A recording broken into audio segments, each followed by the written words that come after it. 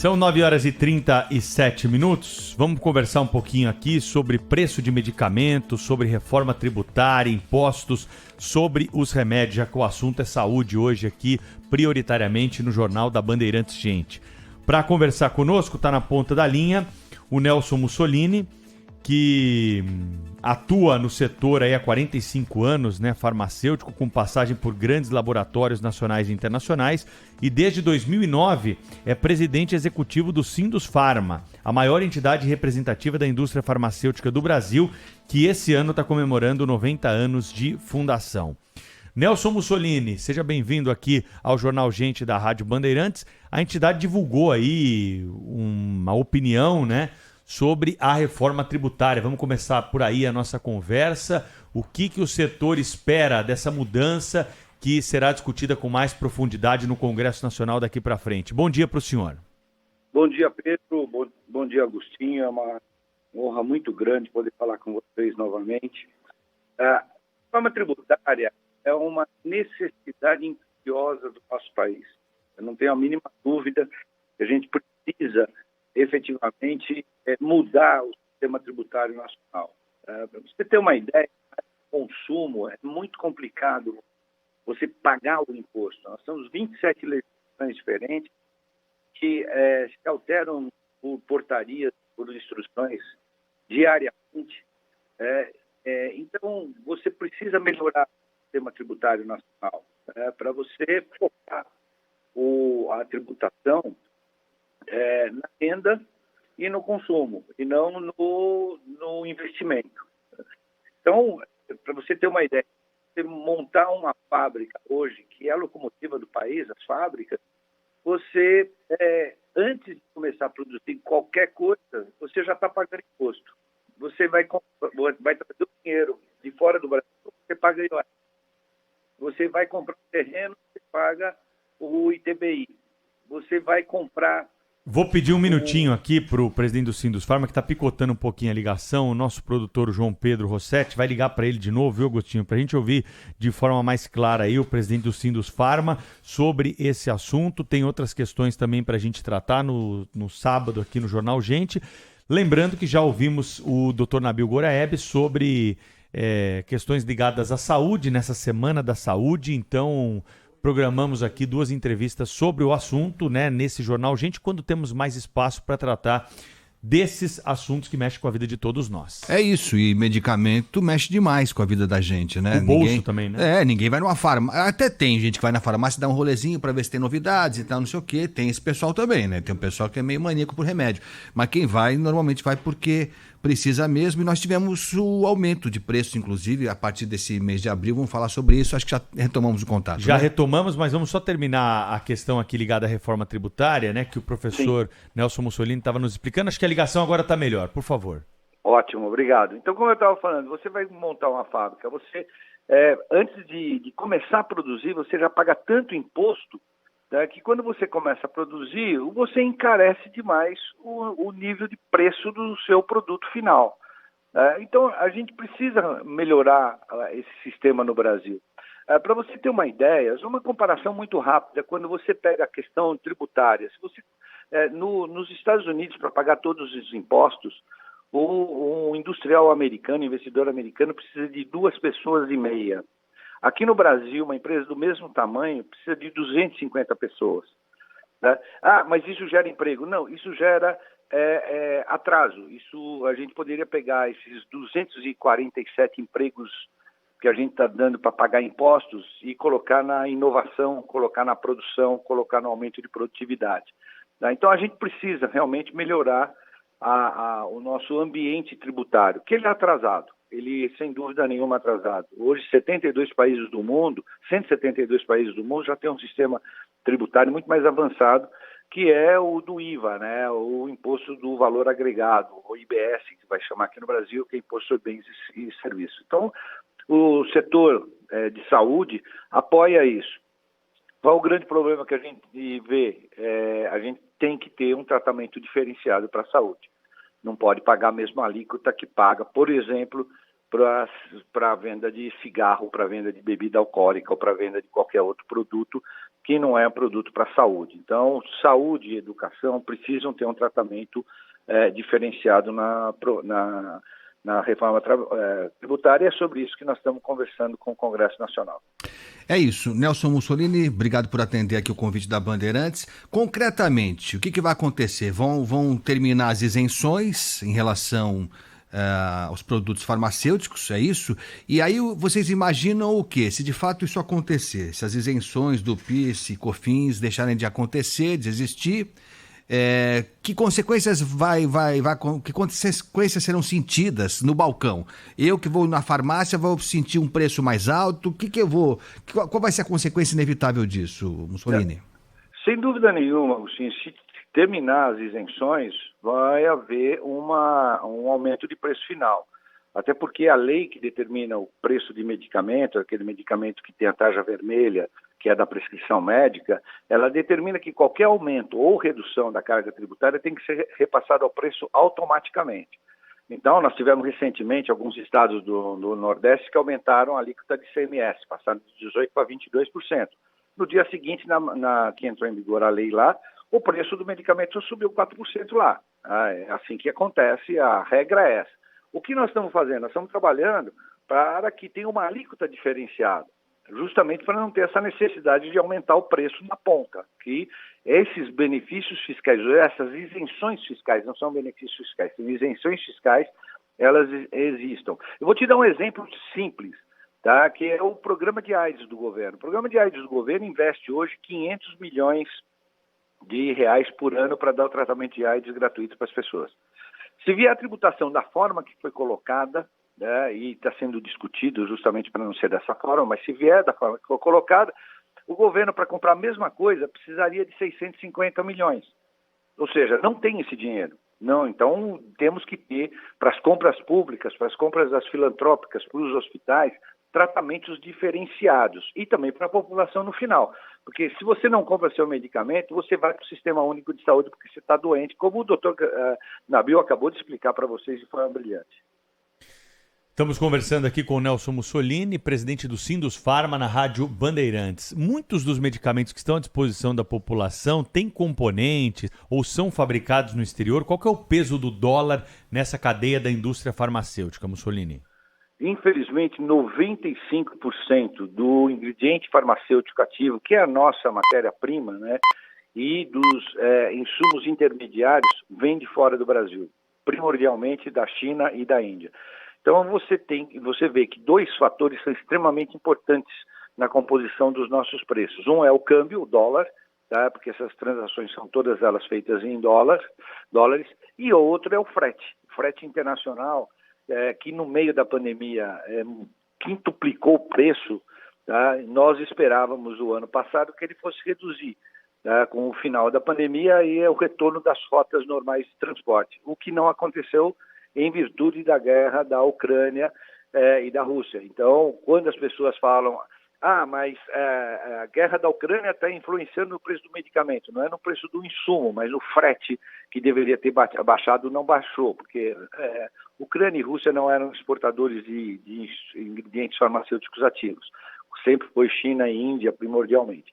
Então, de fato, o dólar é muito importante para nós, a gente precisa ter uma tentativa de uma política, e o governo lançou essa semana um programa para nós termos uma fabricação de ingredientes farmacêuticos ativos no nosso país, até para evitar essa dependência externa no caso de uma pandemia como nós sofremos no ano passado e retrasado, que não tinha ingrediente farmacêutico ativo para fazer medicamento no mundo, não era só no Brasil, no mundo inteiro passou por isso. Então a gente tem que tomar muito cuidado e olhar isso com muito cuidado.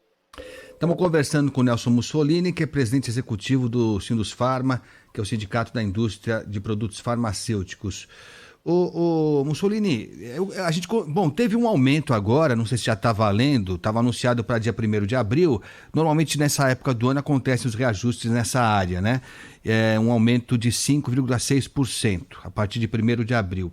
Eu conversei recentemente com o pessoal do IDEC, o Instituto de Defesa do Consumidor, e eles disseram, eu queria que você me dissesse se é verdade ou não, que existe uma fórmula, digamos, inadequada de formulação de preços nesse setor farmacêutico.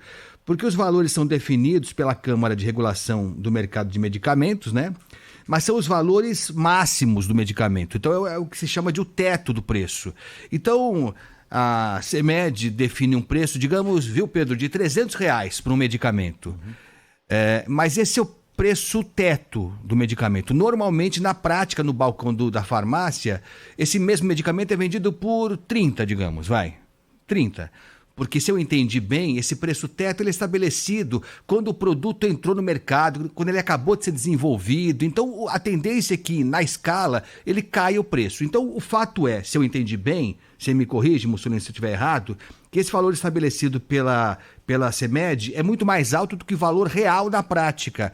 Então, quando você estabelece que o preço do medicamento pode subir 5,6%, você está falando do teto.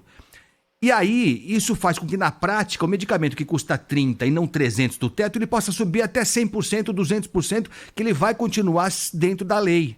É isso mesmo que acontece? Não há uma maneira de você tornar esse teto mais real para você saber exatamente quanto vai ser o aumento real que eu vou pagar na farmácia? Então, Agostinho, essa lei que a gente, inclusive, discute muito e a gente sempre pede para que ela precisa ser modernizada, era de 2003.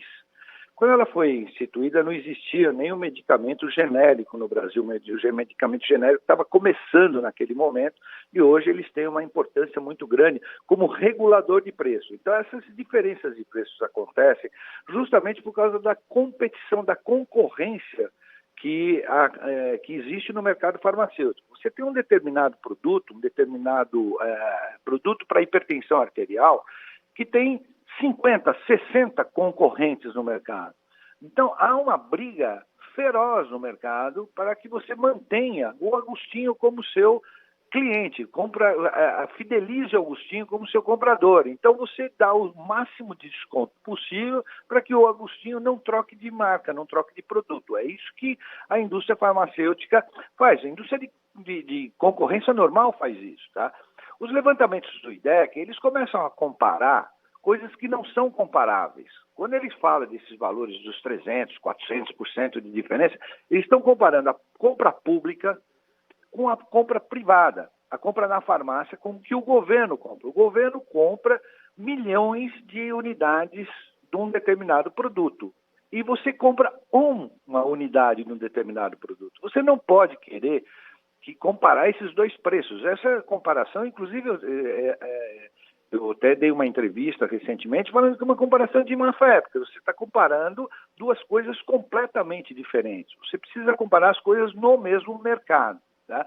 Mas no mercado também tem diferença de 20%, 30% de uma farmácia para outra. Tem por quê? Por causa da concorrência. Uma grande farmácia tem condições de comprar produtos a muito mais baratos do que uma pequena farmácia. Tá? Ela tem que comprar de distribuidora, a grande farmácia compra direto do produtor. E com isso acontece, Agostinho, em todas as áreas de consumo. Tá? Óbvio, nós não queremos comparar medicamento e saúde com áreas normais de consumo, não é isso que eu estou falando. O que eu estou falando é que é saudável para a concorrência isso. A fórmula que existe é uma fórmula que pode... ela tem como base o aumento de preço baseado em custos da indústria. Tá? É uma forma que vem sendo discutida. Eu tenho uma visão muito clara com o setor de que medicamentos que têm concorrência, tem 3, 4, 5, 6, 10 medicamentos concorrentes, esses deveriam ter preços livres, como acontecendo com os medicamentos isentos de prescrição, que tiveram aumentos inferiores e às vezes até reduções de preço por causa da concorrência. Não, a concorrência é legal, a concorrência é ótimo, lógico, quanto mais melhor, sensacional em todas as áreas e muito mais numa área essencial como da farmácia, dos medicamentos, tá tudo certo. Mas uma questão que me intriga, talvez você consiga me esclarecer. Você fala, né, eu quero fidelizar o meu cliente, o Agostinho, para ele comprar o meu medicamento, tá tudo certo, é um negócio e não tem nada de mal nisso, a princípio não tem. Agora, eu só queria entender o seguinte, por que quando eu dou meu CPF na farmácia, o preço cai tanto? Porque eu chego lá e falo assim, eu quero aquele medicamento, ele custa R$100. Ele já nem tem mais pudor. O CPF, por favor, eu já nem brigo mais. Mas eu dou meu CPF, aí ela fala assim, blá, blá, blá, blá, bom, de 100 sai por 62. Quer dizer, o 62 está permitindo o lucro da farmácia e do laboratório. Acho que ninguém está vendendo um medicamento abaixo do custo. Tem um lucrinho ali. Por que dando CPF eu consigo um desconto tão generoso? Porque depende muito de uma série de fatores. Um deles, por exemplo, quando ela tem seu CPF, ela vai saber qual é o teu plano de saúde. Se o plano de saúde dá um desconto ou não. Ou vai saber como, no meu caso, que sou advogado, que eu faço parte da CASP. A CASP tem uma série de incentivos que reduz o preço de medicamento, que são acordos que são feitos com os planos de saúde para que você tenha o seu tratamento de saúde e evite custos maiores para o plano de saúde. Então, isso é um acerto que existe entre a indústria, por exemplo, e o plano de saúde. A CASP também quer que eu seja um advogado com saúde, então ela tem acordos com as indústrias farmacêuticas para que tenha descontos mediante isso. E tem alguns laboratórios que têm os seus planos de fidelização dos seus produtos, para manter você com aquele tratamento dele. Então, ele faz preços reduzidos para que você se mantenha cliente daquele determinado laboratório. Então, é uma série de coisas. E tem farmácias, tá? Tem redes de farmácias que também têm os seus planos próprios. Porque é interessante para ela que o Agostinho receba um desconto no medicamento, que ele vai, primeiro, se cuidar melhor. Segundo, ele vai entrar na farmácia, vai comprar um medicamento, mas ele também vai comprar um shampoo, vai comprar um sabonete, vai comprar um creme de barbear, um barbeador. Então, essas coisas todas fazem parte de um sistema complexo que não é para ter a informação, eu quero o CPF do Agostinho para ver o que eu posso fazer com esse CPF. Não, não é isso. É realmente tentar fidelizar e te dar o produto ao menor custo possível. Sim. Para que garanta lucro da farmácia e garanta lucro da indústria. Mas por que isso acontece? Acontece por causa da concorrência, Agostinho. Foi como eu falei, se não tivesse concorrência, o preço seria o preço máximo ao consumidor, que é aquele preço que poderia ser vendido. Deixa eu te perguntar uma coisa aí que muitos ouvintes querem saber. Como é que é feito o cálculo para o reajuste dos medicamentos? O que é levado em conta? É inflação? O que é colocado na balança aí na hora em que tem que fazer esse reajuste? Então, a primeira coisa que a gente leva em cálculo nessa inflação, nesse cálculo, é a inflação. Depois nós temos um fator que é o fator que pode reduzir o preço. Se a indústria farmacêutica tiver uma perspectiva, e aí é feito um cálculo através de dados do IBGE, de ter lucro superior, ou ter produtividade superior no ano seguinte, esse índice ele é redutor da inflação. E o outro cálculo se não houver, por exemplo, produtividade, ele não aumenta a inflação. Esse número ele só é redutor ou é zero. Tá? E o outro número é sobre a variação dos índices intrasetores, que é energia elétrica e a cesta de moedas de câmbio, né? Que também influencia muito nos nossos custos. Esse também é um índice que ele nunca vai ser negativo, ele só pode ser positivo. Então, a produtividade nunca vai ser positiva, tem que ser sempre negativa, e para redução de custo, e este de aumento de preço, ele, se tiver uma deflação muito grande, ele fica guardado lá para ser utilizado no futuro. Tá? Este ano, tanto a produtividade como os valores intrasetores foram zero. Por isso que deu só a inflação, que é o NPC, de 5,6. E quando tem esse índice de produtividade, essa inflação cai um pouco, e a média. Se você pegar historicamente a média de reajuste de preço de medicamentos, Pedro, ela é muito inferior aos demais custos da área de saúde. Para você ter uma ideia, dos últimos 10 anos, de 2013 até 2023, o reajuste de medicamentos foi de 91%. Os serviços gerais de saúde, excluindo medicamentos, foi de 153%. Tá? E o IPCA do IBGE para medicamentos foi de 96%. Então você vê que o medicamento ficou abaixo. Por quê? Porque teve reduções nos anos anteriores. Esse ano não teve, tá? Porque a expectativa é que não haja um aumento de produtividade para o ano que vem.